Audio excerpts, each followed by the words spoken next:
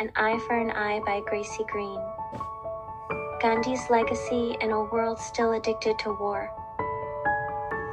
In a world obsessed with domination, control, and power through violence, the name Gandhi still echoes as a powerful contradiction. Mohandas Karamchand Gandhi was a man who stood nearly alone at times, unarmed, barefoot, and gentle.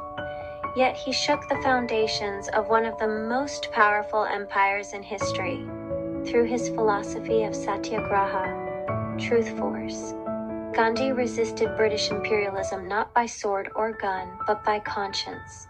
His battle was not just against foreign rule, but against the internal divisions that weakened his people. While the British worked to divide and exploit, Gandhi called for peace between Hindus and Muslims, for unity among Indians of all faiths and backgrounds.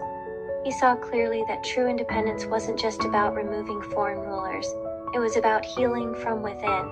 An eye for an eye makes the whole world blind. This quote, perhaps his most famous, is more than poetic wisdom. It is prophecy. It is a mirror we still refuse to look into. We live in a time where history repeats itself louder and bloodier than before. In Gaza, the cries of children echo across rubble, while the world debates who has the right to exist. Entire neighborhoods are turned to dust under the justification of self-defense.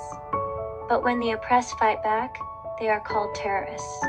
This is not justice. This is apartheid, sanctioned by silence and funded by the West. The very nations that once colonized India now control the world's narratives, economies, and resources. Africa's minerals, South America's forests, the Middle East's oil, none are truly free, and the methods haven't changed. Create division, exploit conflict, and offer military support in the name of peace. Gandhi warned us. When he walked into bullets with no armor but his principles, he showed us the real power of resistance. His body was weak from hunger strikes, but his soul was unbreakable. Peace was not his passive retreat, it was his weapon. He knew that non-compliance, refusing to cooperate with the system, was more potent than any rebellion armed with violence. Salt marches, cloth spinning, hunger strikes, and mass protests didn't just win hearts, they dismantled the machinery of oppression. The British didn't leave because they were defeated militarily. They left because they could no longer justify staying in a land that refused to bow. And yet, here we are. Hatred runs like blood through the veins of our modern society. In America, the divide is palpable. Black versus white, Democrat versus Republican, left versus right. The media fuels it. Politicians profit from it. We are being played against each other, while the powerful tighten their grip. We are told to pick a side, but Gandhi's lesson was clear. True power lies in unity and truth.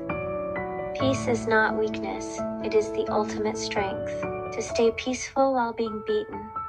To hold love in your heart, while others spit hatred in your face. That takes courage. Gandhi didn't just dream of peace between nations. He wanted peace between neighbors. He wanted a world where a Hindu and a Muslim could walk hand in hand, not because they agreed on everything, but because they shared a love for humanity. It's time we remember what he stood for, not just statues and quotes, but action. It's time we stop choosing sides based on fear or propaganda. It's time we stop funding war while preaching democracy. The world doesn't need more weapons or leaders hungry for power. The world needs more Gandhis. Because if we keep choosing vengeance, division, and silence, we'll wake up one day to find we are all blind. Thank you for listening. I resonate deeply with Gandhi, his commitment to nonviolence amidst hostility, and his ability to walk alone for the sake of truth. I too walk this path alone. As a woman of God, I see beyond the outer layers that so often divide us. Race, nationality, religion, or gender. Like Gandhi, I strive to see the created soul within each person. I stand alone as a revert to Islam, often not fully embraced by the Ummah, and met with anger by Christians who believe I've abandoned my faith. But I know my journey is not a betrayal, it is a return to truth. I stand alone as an American soldier who willingly embraced the hijab, not as a symbol of suppression, but as a testament to the strength, dignity, and divine purpose of a woman in Islam, something the Western world has misunderstood for far too long. I stand alone even as a third-generation American, knowing that no matter how long my roots reach into this soil, I am still a guest upon this land, no more entitled to it than the next traveler seeking shelter.